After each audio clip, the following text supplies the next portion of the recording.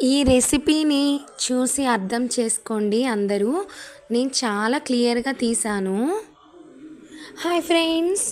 ఈరోజైతే గులాబ్ జామ్ అండి చేస్తున్నాము. గులాబ్ జామ్ క్రాక్స్ లేకుండా జ్యూసీగా, సాఫ్టీగా రావాలంటే పక్కా కొలతలతో నేనైతే గులాబ్ జామ్ చూపిస్తున్నానండి.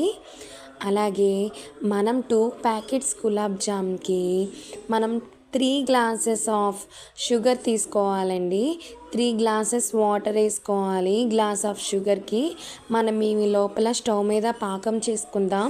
పాకం అయ్యే లోపల మనం పౌడర్ని ప్లేట్లో వేసుకుని మా మదర్ చూపిస్తున్నట్టు కొంచెం కొంచెం వాటర్ వేసుకుని గులాబ్ జామ్ని చేతి వేళ్ళతో మృదువుగా మిక్స్ చేయండి. ఇలా మిక్స్ చేస్తేనే మీకు మృదువుగా వస్తాయి. ఈ విధంగా మాత్రమే చేయాలి. గులాబ్ జామ్ని ఎలా పడితే అలా కలిపితే మాత్రం మనకి సాఫ్టీగా, జ్యూసీగా రానే రావు.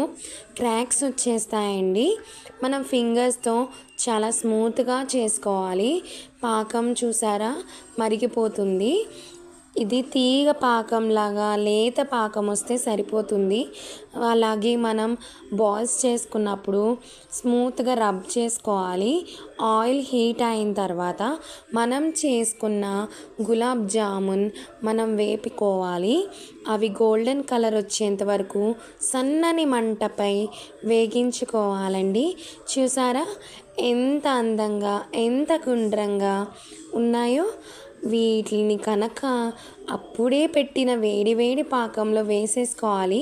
మనం తీసేసి ఎంత నున్నగా ఉన్నాయి చూసారా. మీరు మాత్రం వేళ్ళతోని మృదువుగా రబ్ చేసుకోవాలండి. మళ్ళీ రెండో వాయి కూడా వేసేసుకున్నాము. 2 ప్యాకెట్స్కి మనకి బాగానే అవుతాయండి బాల్స్. ఏవైనా పండగలు వచ్చినా ఏమొచ్చినా సరే మనకి స్వీట్ అయితే ప్రిఫరెన్స్ ఉంటుంది కదండి. చూసారా మనకి కాసేపు ఆ నైట్ అంతా వదిలేస్తే మార్నింగ్కి మంచిగా సాఫ్ట్గా అయిపోతే వేడి పాకంలో వేసుకోగానే చూసారా గులాబ్ జామ్ ఎంత సాఫ్ట్